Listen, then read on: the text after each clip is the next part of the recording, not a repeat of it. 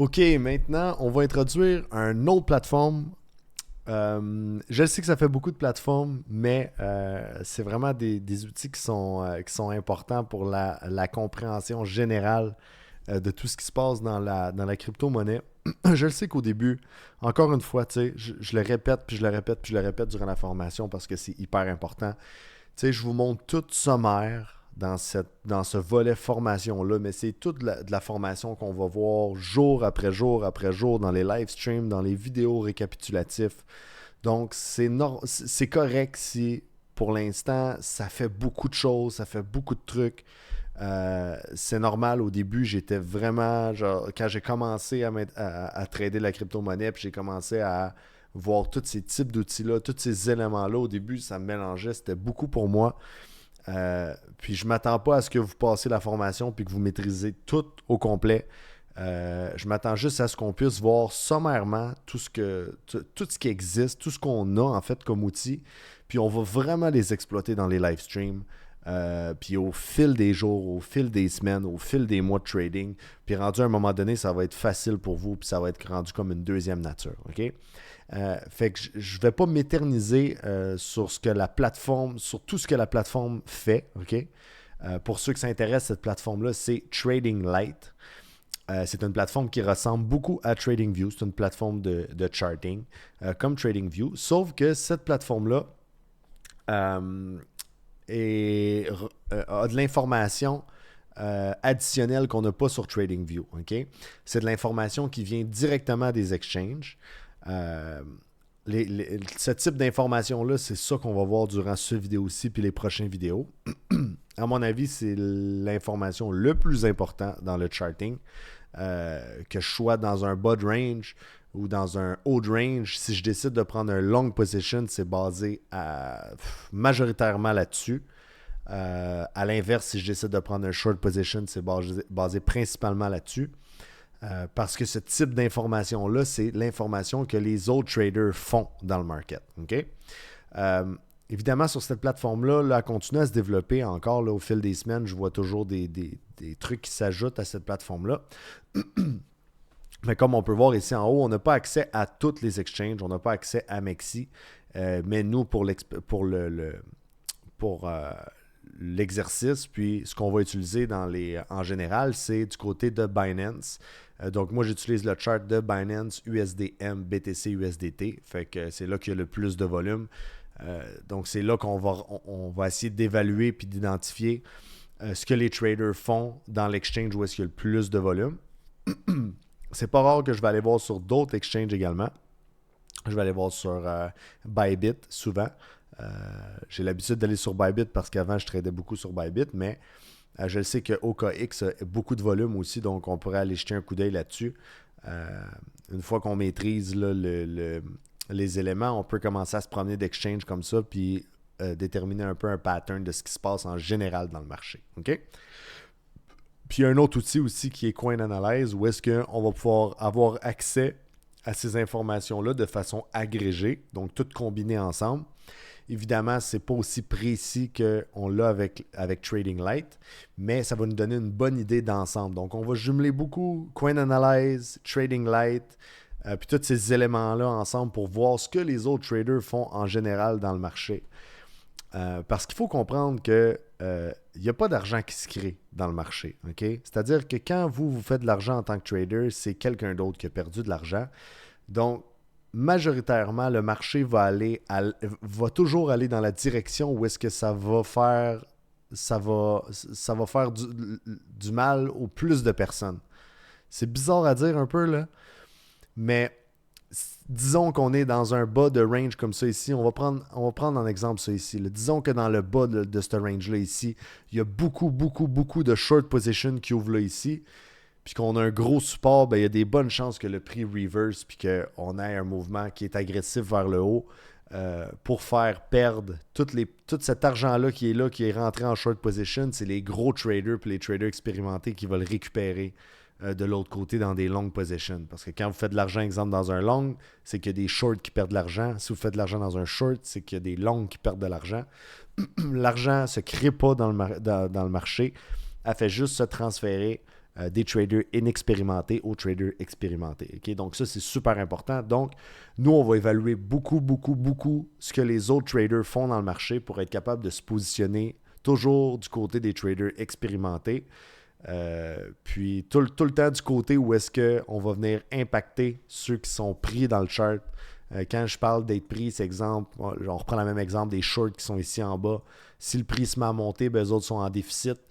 Puis pour fermer leur short position, en fermant le short, ils doivent racheter. Donc ça rajoute du momentum par le haut. Ça maximise nos chances à nous d'aller chercher notre partie du gâteau dans le marché. Donc, on va évaluer beaucoup ça. Donc là, je suis super excité parce que c'est vraiment là-dessus que repose le gros de ma stratégie. Okay?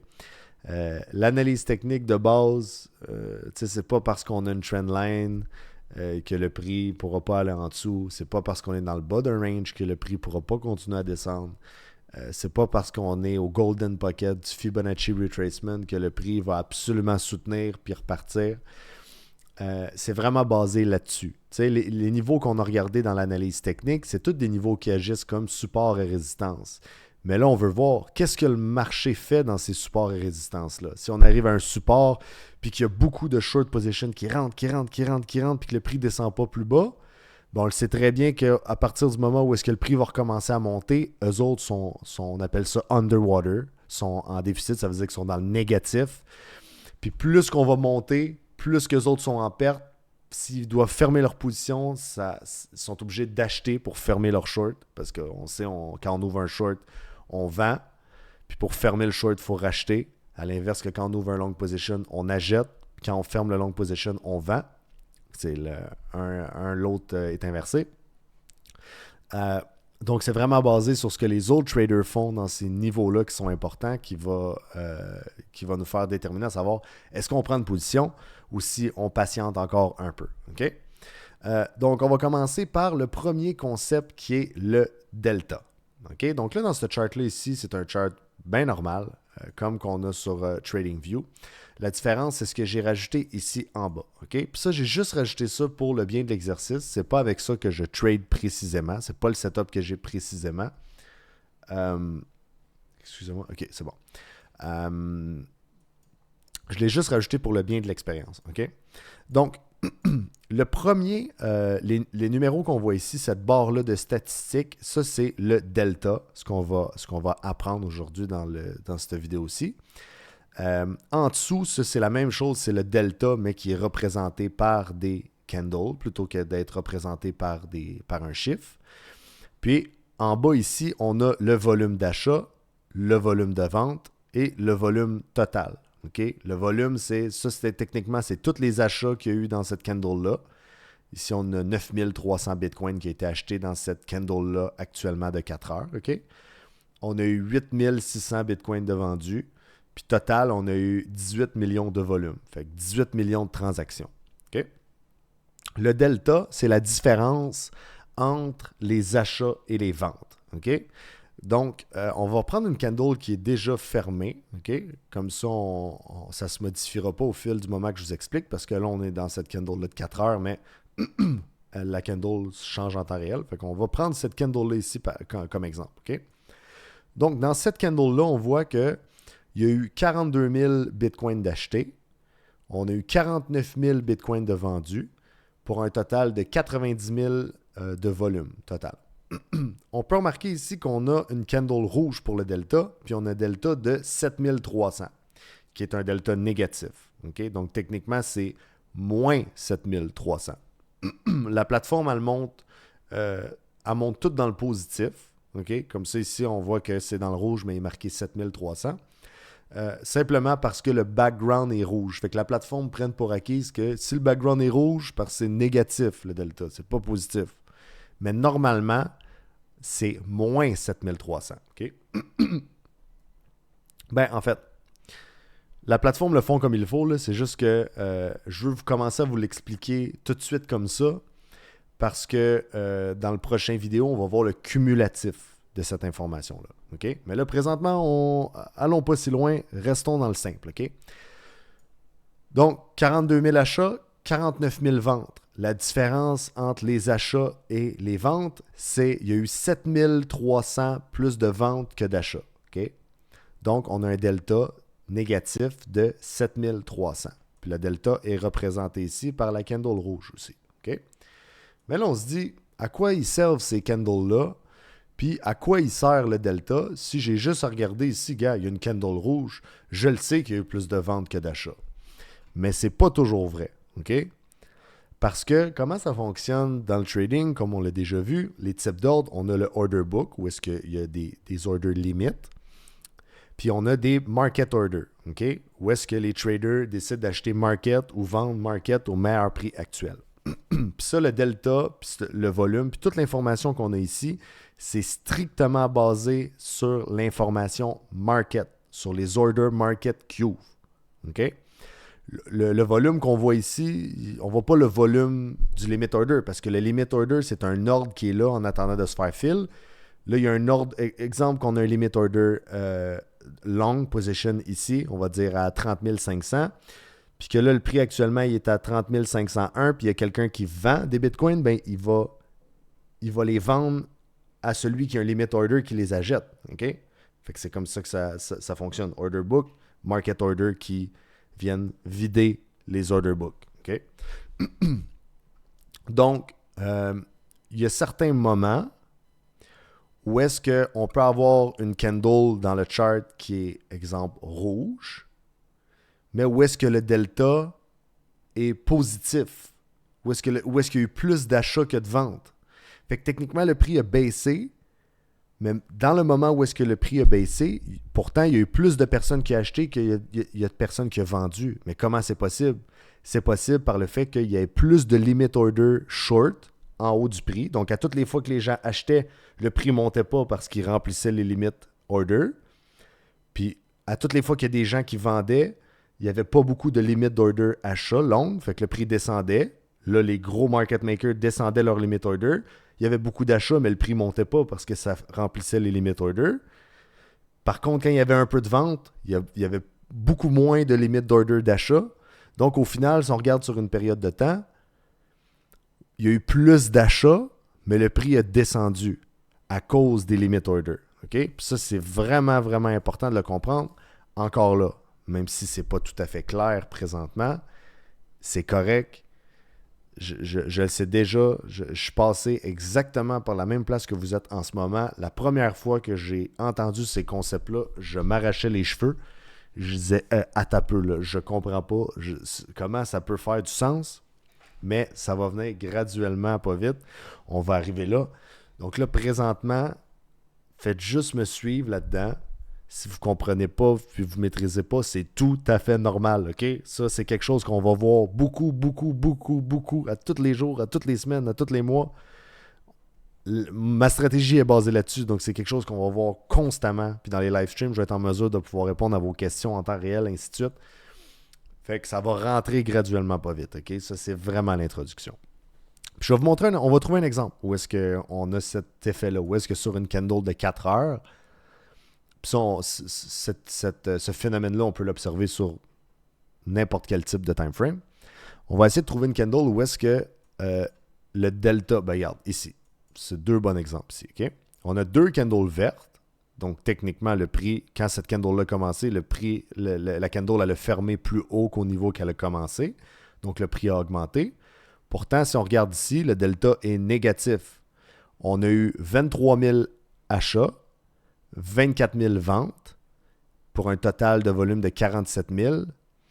Mais on a un delta négatif. Il y a eu 678 plus de ventes que d'achats à ce niveau-là. OK? Pourtant, le prix a monté. Il y a eu plus de ventes que d'achats. Ici, ça, on regarde, même phénomène. 33 000 achats, 33 000 ventes, mais il y a eu 400, il y a eu 500 plus de ventes que d'achats. OK? Si on regarde ici, le delta est positif, candle est verte, parfait, ça fait du sens aussi. Même chose ici. Mais si on regarde, c'est souvent dans ces moments-là, quand on commence à observer des trucs comme ça, que le prix monte malgré le fait qu'il y a le plus de ventes ou que le prix descend malgré le fait qu'il y a le plus d'achats, il y a quelque chose qui s'en vient. Dans ce cas-ci, regardez, pas très longtemps après, on a eu un gros pompe. OK? Puis ça, c'est parce qu'en dessous ici, il y avait des gros joueurs qui mettaient des gros limit orders puis qui absorbaient toutes les ventes puis qui faisaient monter le prix, comme ça. Mais ça, c'est normal en ce moment. Si on ne comprend pas plus, on va développer puis on va voir ça de plus en plus. Pour l'instant, c'est juste de comprendre que qu'est-ce que c'est le delta? Le delta, c'est la différence entre les achats et les ventes. Donc, on a le volume total. On va prendre exemple ici 93 000. On a 47 000 bitcoins de vendus, 46 000 bitcoins d'achetés pour un delta de moins 469. On va regarder un exemple dans le positif ici. On a 23 000 bitcoins d'achetés, 22 000 bitcoins de vendus pour un total de 45 000 en termes de transactions, en volume de transactions. Donc, on a un delta positif de 1300. Tout ce qui va être dans le négatif, on va faire un moins, malgré le fait que la plateforme ne met pas un moins devant. Puis tout ce qui est en positif, en vert, on va le calculer en positif. Puis ça va être important parce que là, c'est beau, c'est bien de pouvoir le voir de candle en candle, ce qui s'est passé dans chaque candle. Mais ce qui va être important, c'est d'essayer d'identifier des endroits dans le chart où est-ce qu'on a une accumulation de ce phénomène-là. Qu'on a ce phénomène-là qui se répète beaucoup dans un endroit, puis être capable de le visualiser rapidement. Puis c'est là que le cumulatif de tous ces deltas-là va pouvoir nous aider avec ça. Là, je vais couper le vidéo ici pour l'instant parce que je veux vraiment qu'on sépare ces tranches-là parce que je sais que c'est des vidéos que vous allez réécouter et réécouter et réécouter pour vous rafraîchir la mémoire. Fait que je veux vraiment bien séparer. Donc, on va s'arrêter tout de suite pour qu'est-ce qui est du delta. Puis dans le prochain vidéo, tout de suite, on va regarder c'est quoi le cumulatif volume delta, qui est le CVD. OK? Parce que techniquement, le delta en tant que tel, on ne l'utilisera pas. On va utiliser juste le cumulatif volume delta. Mais pour comprendre le cumulatif volume delta, il faut comprendre le delta. Il faut commencer par le point A pour se rendre au point B. OK? Donc, on finit ça là. On s'en va dans le cumulatif volume delta maintenant.